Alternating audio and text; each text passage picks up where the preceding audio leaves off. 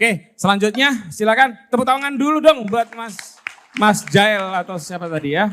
Ya. Ya, silakan. Assalamualaikum warahmatullahi wabarakatuh. Perkenalkan saya Kusuma, alumni Filsafat UGM juga bareng Mas Putut. Ya, salam Bapak Oh Is. bisa bangga loh Anda ini. Salam Bapak Is, mungkin masih ingat Kusuma Pak? Dulu pernah wawancara ya Pak ya. Ya baik, pertanyaannya langsung saja Habib. Karena dibilang durasi Pak. Anda itu ya rapopo sih jane. Filsafat UGM, tapi wawancarane ning dosen UIN Pak. Aduh, ini dosen filsafat Mas ngerti. Putut, soalnya tentang Masya filsafat. Allah.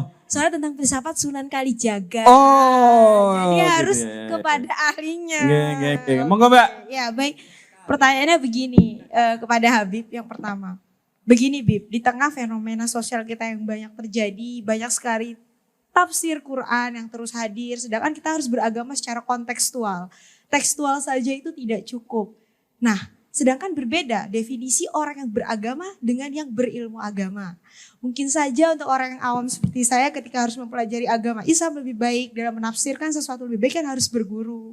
Karena beda ya Bim menuntut ilmu dengan membaca ataupun berguru langsung dengan seorang yang alim ulama.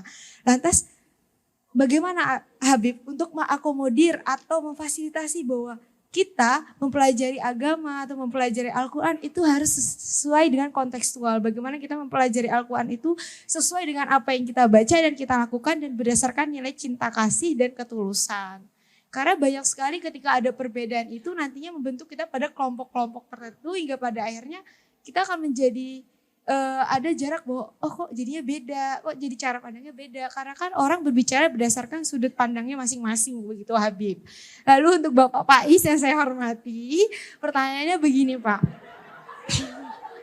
Pertanyaannya begini Pak, apakah gagasan moderasi beragama yang terus dikampanyekan, dilakukan sebagai propaganda positif ini cukup menjawab untuk mengakomodir segala bentuk anekaragaman atau pluralisme atau bahkan yang sudah tertera dalam Pancasila kita Bhinneka Tunggal Ika itu sendiri Pak, supaya setiap perspektif yang berbeda itu kita maju satu langkah tetap dalam irama. Karena ketika Bapak bilang ketika kita nasionalisme, kita memiliki cinta saja gak cukup Pak, kita butuh perjuangan untuk jalan bersama. Seperti itu Cinta Pak. itu gak cukup Pak Faiz, butuh perjuangan dan butuh bil. Nah seperti itu Pak. Karena kan ketika kita fenomena, misalkan fenomena radikalisme, kemudian fundamentalis atau pada aksi yang paling mengerikan seperti terorisme, kan gak cukup Pak. Misalkan kita hanya cukup berhenti pada moderasi beragama. Ada hal-hal lain yang menjadi faktor pendukung Pak atau faktor eksternal dari itu. Jadi saya mohon pencerahannya kepada Bapak sebagai seorang akademisi.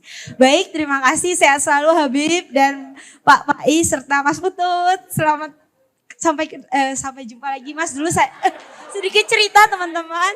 Dulu saya pernah dapat hadiah buku dari Mas Putut pada saat saya PPSMB tahun 2016. Iya. Saya sering menghadiahi orang buku memang ya. Aku kok. Monggo. Itu sederhananya pertanyaan ke Pak Faiz itu maksudnya gini mungkin ya menurut saya. Hidup itu tidak seenak omongannya Pak Farudin Faiz. Ini udah disopan-sopankan ini mesti. Ngomongnya sambil ngempet itu kan.